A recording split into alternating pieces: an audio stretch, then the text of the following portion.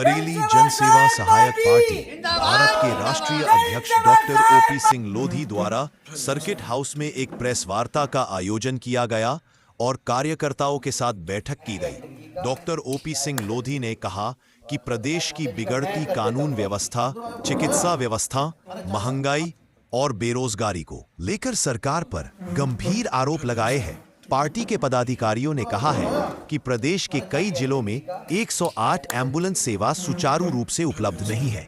बरेली से सैयद आसिफ की रिपोर्ट।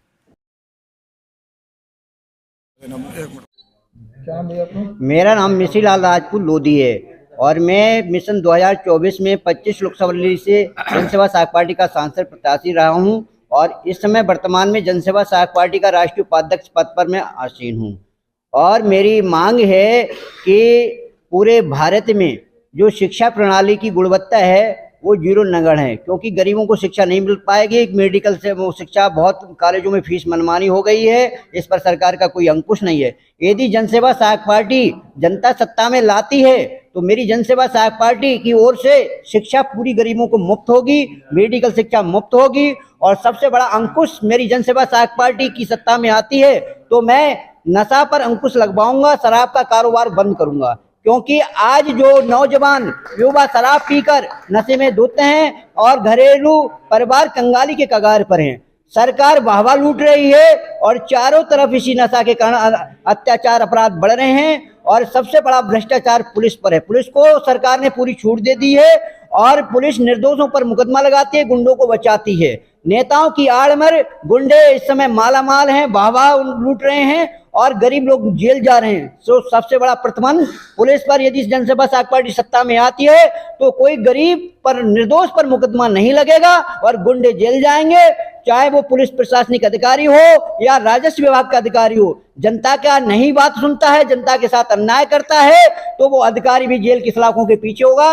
ये जनसेवा सहायक पार्टी के राष्ट्रीय उपाध्यक्ष का वादा है और मैं आग्रह करूंगा जनता से, उत्तर प्रदेश की व भारत की, यदि जनसेवा सहायक पार्टी की सरकार बनाने में सहयोग देती है तो गरीबों को जो कर्जा बढ़ चुका है और सरकार बड़ा बोझ बन गया है तो सबसे पहले गरीब किसानों का कर्जा माफ होगा और उन्हें आत्मदान नहीं करनी पड़ेगी। ये जनसेवा सहायक पार्टी का वादा है।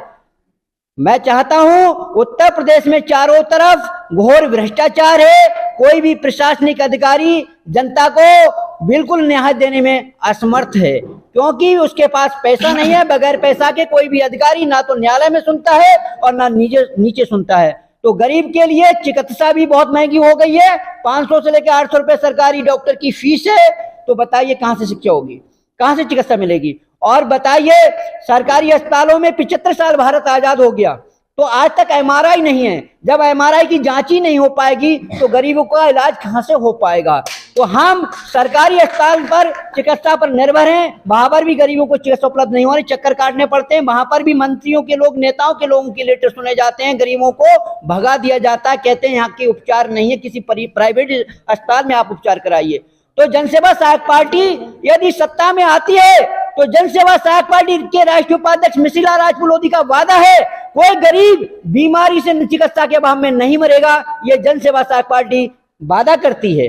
तो उत्तर प्रदेश सरकार में चारों तरफ भ्रष्टाचार दूर होगा और सभी लोग रात दिन कहीं भी अपने जंगल में आराम से रह सकेंगे। आज जनता का कोई भी जंगल में आदमी जाता है तो महिलाओं का मर्डर हो जाता है, पुरुषों का मर्डर हो जाता है, तो अपना क्षेत्र खाने में भी जनता समर्थ है। तो बताइए, सरकार में चारों तरफ अपराध के ग्राफ बढ़ रहे हैं और सरकार कोई अंकुश नहीं लगा पा रही है। इसका खुद राष्ट्रीय उपाध्यक्ष मिसीलाल राजपूत लोधी भुक्तभोगी हैं, क्योंकि मैं 2024 में लोकसभा से हटाने के लिए मेरे मीरगंज विधानसभा 119 में, 25 लोकसभा बरेली में 13 महिलाओं के मर्डर कराए गए थे मुझे लोकसभा से हटाने के लिए और निर्दोष लोगों को जेल भेजा गया। मैं कहता हूं, सरकार से मांग करता हूं, यदि सरकार ईमानदार है तो निर्दोष लोगों की न्यायालय में से मुकदमा वापस ले और जो वास्तविक दोषी है उन पर कार्रवाई करे। ये आवाज जनसेवा सहायक पार्टी उठाती रहेगी। जब तक निर्दोष लोगों को न्याय नहीं मिलेगा तो पूरे भारत में, अभी तो जनसेवा सहायक पार्टी ने लिए लड़ाई है, आगे बहुत भारी लड़ाई है। अभी तो जनसेवा सहायक पार्टी ने लिए लड़ाई है, आगे बहुत लड़ाई है। यदि सरकार ने हमारी बात नहीं सुनी तो जन सेवा सहायक पार्टी पूरे भारत में, हर जिले में, हर प्रदेश में जेल भरो आंदोलन चलाएगी और सरकार को मजबूर कर देगी। कोई भी निर्दोष व्यक्ति जेल नहीं जाएगा और पुलिस निर्दोष लोगों पर कार्रवाई नहीं करेगी, बंद कर देगी कार्रवाई करना। यही मेरा धन्यवाद।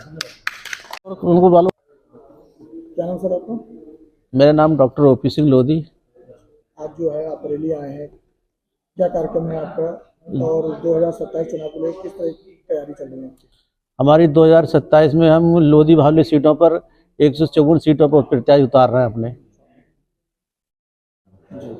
बरेली में भी जी, कौन कौन सी विधानसभा से उतारेंगे? बरेली में सारी विधानसभा उतारेंगे हम लोग। अभी कोई नाम घोषित किए हैं कुछ? जी, मैंने नाम खोलना नहीं चाह रहे हैं, किस प्रत्याशी मेरे फाइनल हो चुके हैं इस टाइम। क्या चुनाव के मुद्दे रहेंगे आपके? हमारे चुनाव के मुद्दे जैसे घरेलू बिजली फ्री, जैसे पत्रकारगण हैं, कम से कम 11,000 रुपये सामान्य वेतन होना चाहिए इन लोगों का जो प्राइवेट पत्रकारगण हैं, और वकील लोग हैं इनकी भी जो प्राइवेट हैं उनको भी कुछ ना कुछ मानदेय मिलना चाहिए, और घरों की मुफ्त बिजली की मांग कर रहे हैं। किसानों के खाद जो है आजकल जो बहुत परेशानी से खाद मिल रहा है, डाया खाद, वो खाद आदमी को टाइम से मिलना चाहिए जिससे कि ढंग से वो अपनी खेती कर पाए। जब खेती अच्छी होगी तो देश आगे बढ़ेगा हमारा। बेरोजगारी के लिए क्या किया है? बेरोजगारी के लिए जैसे जो लड़के युवा लोग हैं, युवा लोगों के लिए हर किसी को जॉब मिलेगी। जन सेवा सहायक पार्टी सत्ता में आती है तो कोई भी ऐसा आदमी नहीं बचेगा जिसे जॉब नहीं मिले। क्या नाम है आपका? मेरा नाम मोहर सिंह वर्मा है और पार्टी से मैं प्रदेश महामंत्री हूँ। क्या कहना चाहते हैं पार्टी के द्वारा, क्या किस तरह के आपके कार्य चलते रहेंगे? सबसे पहला हमारा ये है कि ईवीएम जो है, ईवीएम मशीन जो है, इससे महा बेईमानी होती है, जैसे बिहार में हुआ है। ईवीएम बंद होना चाहिए।